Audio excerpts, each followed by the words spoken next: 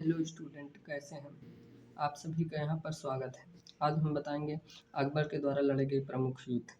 तो अकबर ने ज़्यादा युद्ध नहीं लड़े हैं ये, क्योंकि इन्होंने कई ऐसी नीतियाँ अपनाई थी जिसके द्वारा इनके शासनकाल में ज़्यादा विद्रोह नहीं हुए थे, इसलिए इन्होंने ज़्यादा युद्ध नहीं लड़ा है। इन्होंने बहुत कम युद्ध लड़ा है। जो युद्ध लड़े हैं वो दोनों बहुत ही इम्पॉर्टेंट है। तो सबसे पहला क्या है? पानीपत का युद्ध।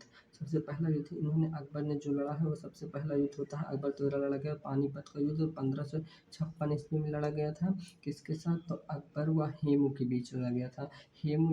हेमू के बीच लड़ा गया था अकबर का पानीपत का प्रथम युद्ध अकबर और हेमू के बीच लड़ा गया था। कब? तो 1556 ईस्वी में लड़ा गया था। इसका परिणाम क्या होता है कि अकबर विजयी होता है। इसका परिणाम जो होता है कि अकबर विजयी हो जाता है।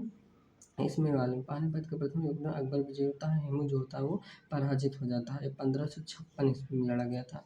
और दूसरा होता है हल्दी घाटी का युद्ध होता है 1576 ईस्वी में लड़ा गया था। ये अकबर व महाराणा प्रताप 1556 ईस्वी में हुआ था। अकबर व महाराणा प्रताप के बीच हुआ था। इसमें महाराणा प्रताप की पराजय होती है। मतलब हल्दी घाटी में जो होता है 1556 ईस्वी में लड़ा गया था और अकबर और महाराणा प्रताप के बीच लड़ा गया था। इसमें महाराणा प्रताप जो होते हैं वो क्या हो जाते हैं?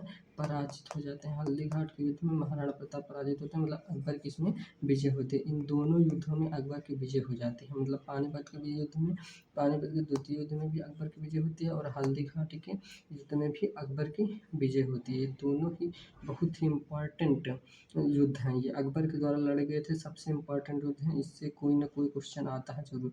कहीं पानीपत का द्वितीय युद्ध पूछता है तो कहीं हल्दीघाटी का युद्ध पूछता है। दोनों ही इम्पोर्टेंट है। ये अकबर और हेम के बीच हुआ था, तो ये अकबर और महाराणा प्रताप के बीच हुआ था। दोनों युद्धों में कौन विजयी होता है? तो अकबर विजयी होता है। 1556 ईस्वी तो 1576 ईस्वी में हुआ था।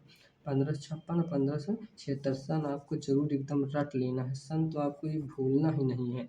और सन और किनके बीच हुआ था और क्या परिणाम हुआ है, बस ऐसे ही आपको एकदम शॉर्ट में यही 3 बातें इसमें ध्यान रखनी होती हैं। यही 3 बातें हम आपको बता भी रहे हैं, जिससे कि आपको कोई ज़्यादा लोड ना लेना पड़े। एकदम शॉर्ट में ही तो आपको पूरा युद्ध याद हो जाए। यहीं पर अब हमारी ये वीडियो कंप्लीट होती है। अगर आपको अच्छी लगी हो तो हमारे चैनल को लाइक और सब्सक्राइब कर दीजिए।